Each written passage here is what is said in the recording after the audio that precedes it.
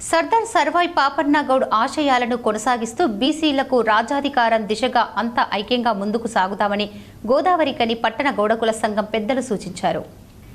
గోదావరికని రేణుకా ఎల్లమ్మ తల్లి నూతన ఆలయం వద్ద బుధవారం గౌడ యువజన సంఘం ఆధ్వర్యంలో సర్దార్ సర్వాయి పాపన్న గౌడ్ 317వ వర్ధంతిని నిర్వహించారు. గౌడకుల పెద్దలు సర్వాయి పాపన్న చిత్రపటానికి పూలమాలలు వేసి నివాళులు అర్పించారు.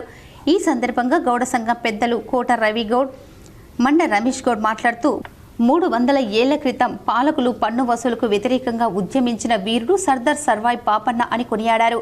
నాటి పాలకులు కులవృత్తులను నాశనం చేసేలా పన్నులను విధించడాన్ని వ్యతిరేకిస్తూ మొఘల్ సామ్రాజ్యం పాలకులకు వ్యతిరేకంగా పోరాడి గాడిల కోటలకు బద్దలు కొట్టి సైన్యాన్ని పెంచుకుంటూ వచ్చారని తెలిపారు.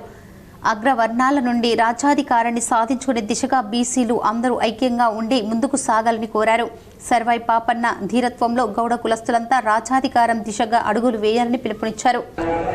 300 సంవత్సరాల క్రితమే ఆనాటి పాలకుల యొక్క పన్నుల వసూలను నిరసిస్తూ వారిపై తిరుగుబాటు చేసినటువంటి మొట్టమొదటి విప్లవ వీరుడు సర్దార్ సర్వాయి పాపన్న. ఆ రోజు ఈత వృత్తి పైన అకారణంగా దాడి చేసి వారి యొక్క వృత్తిని దెబ్బతీసే విధంగా వ్యవహరించినటువంటి ఆనాటి సైనికులకు బుద్ధి చెప్తూ, అదేవిధంగా మిగతా కులాలన్నింటినీ కూడా వారి వృత్తులను దెబ్బతీసే విధంగా పాలకులు మరి ఇష్టమున్నట్టుగా పన్నులు వసూలు చేయడాన్ని నిరసిస్తూ వాళ్ళ యొక్క బ్రతికే దుర్భరమైనటువంటి పోతున్నటువంటి పరిస్థితులలో మిగతా కులాలన్నింటినీ కూడా సమీకరించి మెల్లమెల్లగా చిన్న సైన్యాన్ని తయారు చేసుకొని మెల్లమెల్లగా కోటను కొల్లగొడుతూ చివరికి గోల్కొండ కోటాను సైతం మొఘలాయి సామ్రాజ్యాన్ని పతనం చేసి గోల్కొండ కిల్లాను కూడా వశపరుచుకొని రాజ్యాన్ని స్థాపించినటువంటి బహుజన రాజ్యాన్ని స్థాపించినటువంటి మొట్టమొదటి వీరుడు సర్దార్ సర్వాయి పాపన్న. అటువంటి సర్దార్ సర్వాయి పాపన్న యొక్క ఆశయాలను కొనసాగించడానికి ముందుకు వెళ్తాం. అదేవిధంగా ఈనాటి ఉన్నటువంటి మరి ముఖ్యంగా గౌడ జాతి గౌడ ముద్దుబిడ్డలందరూ కూడా సమాజంలో ఉన్నటువంటి అణగారిన వర్గాల వారందరినీ కూడా కలుపుకొని మరి రాజ్యాధికారం వైపు అడుగులు వేసినప్పుడే మరి సర్దార్ సర్వాయి పాపన్న ఆశయాలను మనము సాధించిన వాళ్ళం అవుతామనేటువంటి మరొకసారి గుర్తు చేసుకున్నటువంటి రోజు, ఆయన అమరుడైనటువంటి రోజు ఈ రోజు మా అందరికీ కూడా ఒక స్ఫూర్తినిచ్చే దినంగా మేము పాటిస్తాం.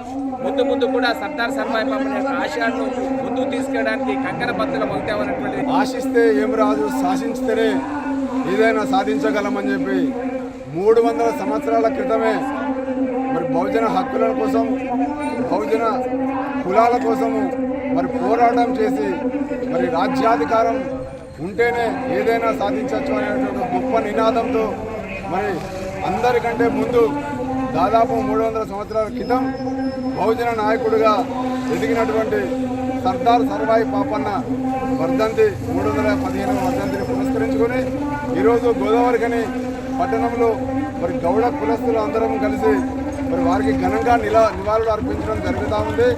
మరి కాగా ఎన్టీపీసీ గౌడ సంఘం నాయకులు సురేందర్ గౌడ్ సర్దార్ సర్వాయి పాపన్న గౌడ్ వర్ధంతి సందర్భంగా ఈత మొక్కలను గోదావరికని నూతన రేణుకా ఎల్లమ్మ తల్లి ఆలయానికి అందజేశారు.